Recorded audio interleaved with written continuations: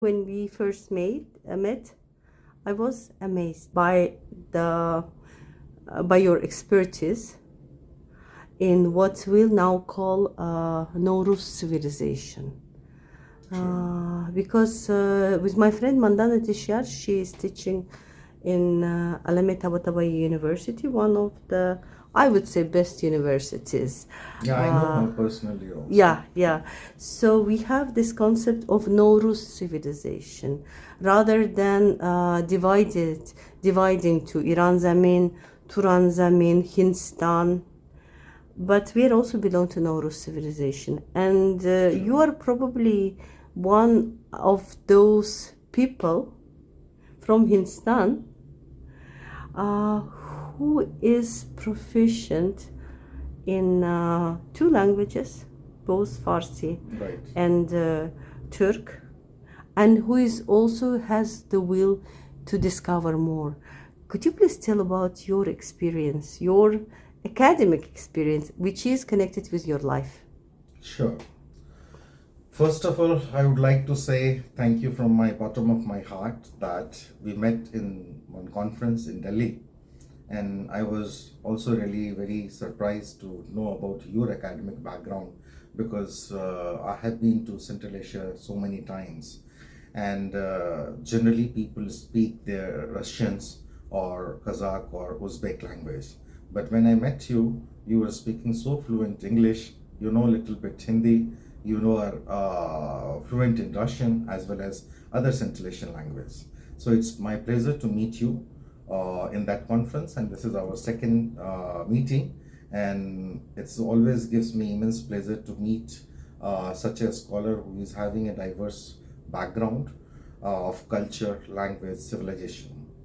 As far as my expertise is concerned, Adbhuta, see, I did my graduations, masters, and PhD in Persian from Jawaharlal Nehru University. I completed my PhD in 2002, and after that, I did my MBA, Masters in Business Administration, and I worked for almost 33 countries, including Africa, Europe, and Middle East. After that, it was a very amazing experience for me while traveling to all these countries for a business purpose. But after some times, you feel, exhausted, tired. So then I decided to let me try something in academics. So I tried my luck and I got selected in Jamia Millia Islamia University, which is A++ NAC accredited, and I joined the university in 2007 as an assistant professor to teach Persian language. Then when I started teaching Persian language, apart from my corporate background, I have been traveling to all these countries for so many times frequently. So I was just trying to find out the linguistical similarities, cultural similarities, and as you said that Nowruz countries. So in India also we celebrate Nowruz, and different parts of India celebrates different times Nowruz festival. Like if you go to the south, there is a Nowruz festival. If you come to the north, there also we have Nowruz festival because new crops comes. But as far as the Nowruz for Central Asia, Iran, Turkey is basically on 21st March. But India is having multilingual, multicultural, and lots of ethnic groups exist together here. So they celebrate Nowruz at different times. So as far as you asked we Kazakhs celebrate on 22nd. 22nd. But in India, Nowruz is celebrated on 21st March. And so as you asked me about my language expertise, yes, of course, as I said that I did my PhD in Persian from JNU, and after visiting all these Central Asian countries, very often, I found that a lot of Persian words are used in Central Asian language, and I found that a lot of cultural similarities are also there. So when I joined Jamia, then I started reading the Jamia's history. So I found that in Balkan War, there is one of the founder of Jamia, Mukhtar Ansari. He led a medical team in Balkan War. He stayed in 6 to 7 months, in Turkey and helped the wounded people, injured people as a medical practitioner. When he came back to India, the India welcomed him like grand hero, you know. So when I was reading the Jamia Millia Islamia history, I found this very interesting. So within couple of semesters, I decided that in India, French, German, Chinese, Japanese, uh, Korean, all these foreign languages are taught. But I found that the Turkish language is nowhere in any Indian university. So I have been to Turkey so many times for business purpose. So I found there is a lot of similarity between Persian and Turkish language. So I wrote a proposal to the Vice Chancellor, and he agreed that that we can start Turkish language because Mukhtar Ansari contribution to Balkan War, and it's very very close to the heart of Jamia Millia Islamia because he was one of the founder member of Jamia Millia Islamia. So he gave the permission and we started the Turkish language, a small course, evening course in certificate diploma and advanced diploma. Within 3 years, we made an agreement with TIKA and Yunus Emre Institute in Turkey, and they used to send the teachers and they used to taught us. And I became the student. Morning, I used to take class of Persians, and evening, I used to become a student to learn Turkish language. So 3 years I did my certificate diploma and advanced diploma. In 2010 I got a fellowship to visit Turkey as a student. So I went there, I stayed there for a month, and I started speaking Turkish language. And Türkçeniz çok güzel hocam. Biraz konuşuyorum ama o kadar iyi değil. Yok, güzel, iyi konuşuyorsunuz. Sağ olun hocam. So after that, when I came back after staying in Turkey for 1 month, I thought that I should start a graduation program in Turkish language because already certificate diploma, advanced diploma program was going on in the evening time.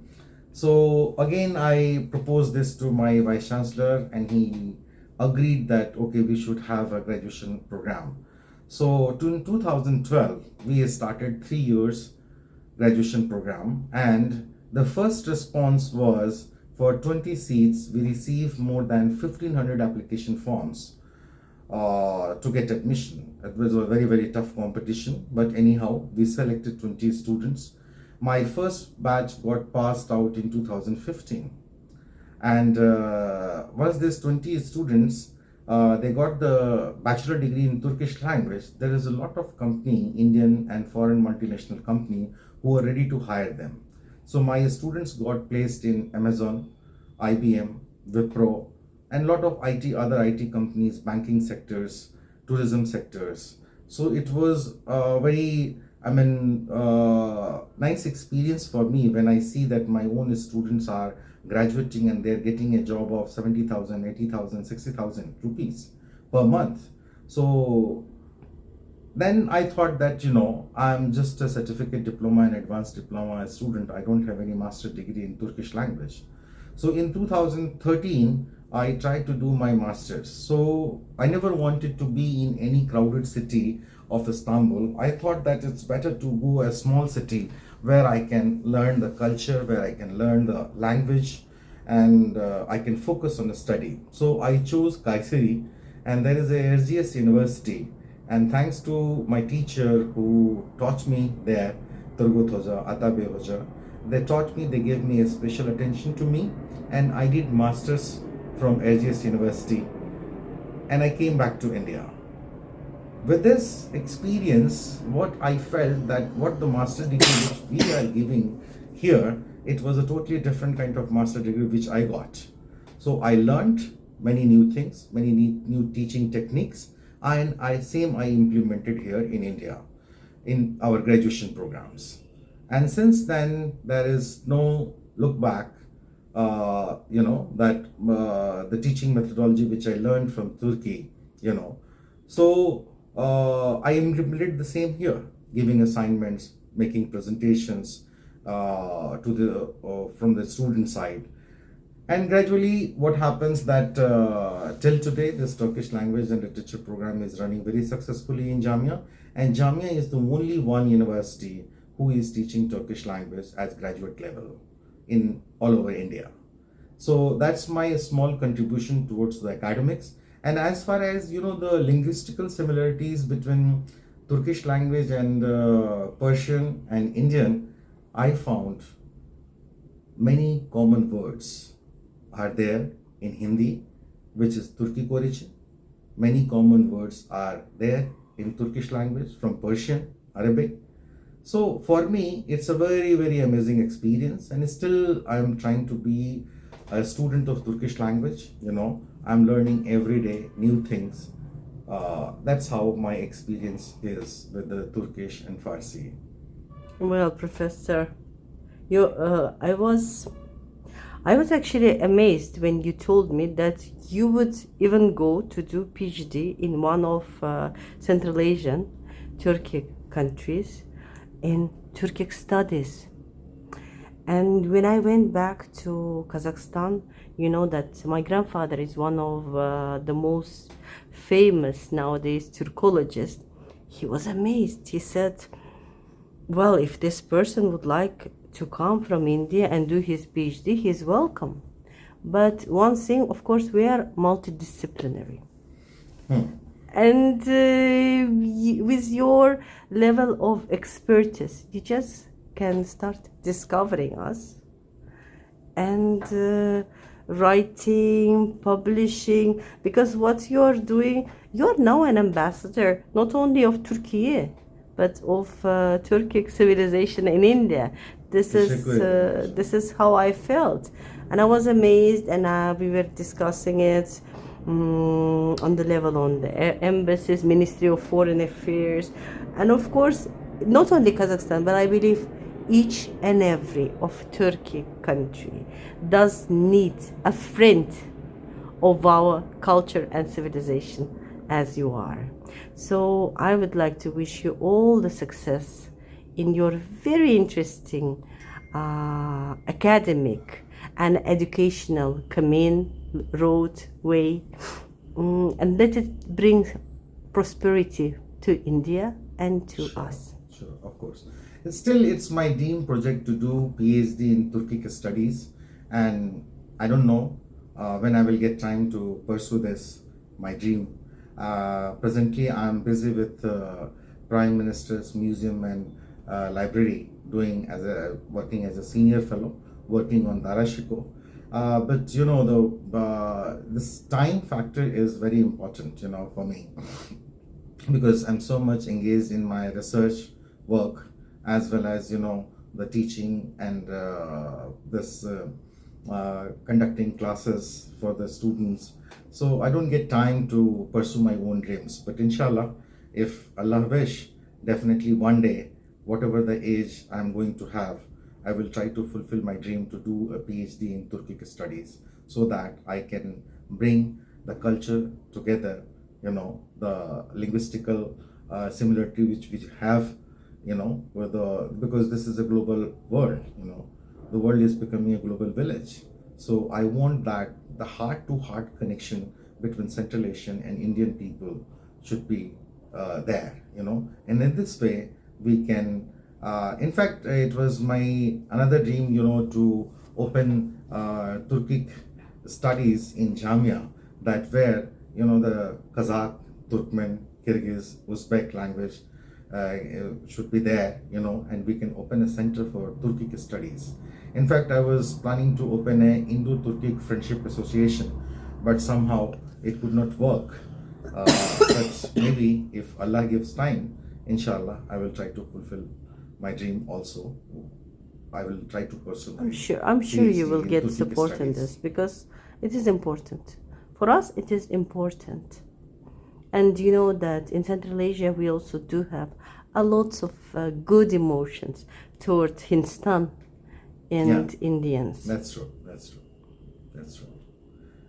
So once again, thank you so much, Agota, you. and it's my always pleasure to meet a scholar like you, where we can exchange our ideas, thoughts, feelings, connectivity between Central Asia and India. That's how it is. Well, one more thing is like your life experience. Why I wanted to meet you and to record you, because your life experience is so important for the students I'm working with. One of them just recently, a couple of weeks ago, asked me, they called me Apai, Auntie. Auntie, I was thinking a lot if it is possible. Like, she said that she's interested in doing studies in Southeast Asia. But who would be interested in Kazakhstan if I will do Philippines and West Timor? She said, I'm so hesitant. But then I said, like, if it is in your heart, then the God will open all the doors for you. And this West Timor, who almost no one knows, will become so important in the way you will be studying it. So you are a life example Thank of you so much. how it works. Thank you. Çok teşekkür ederim. Thank you. Çok teşekkür ederim. Sağ olun.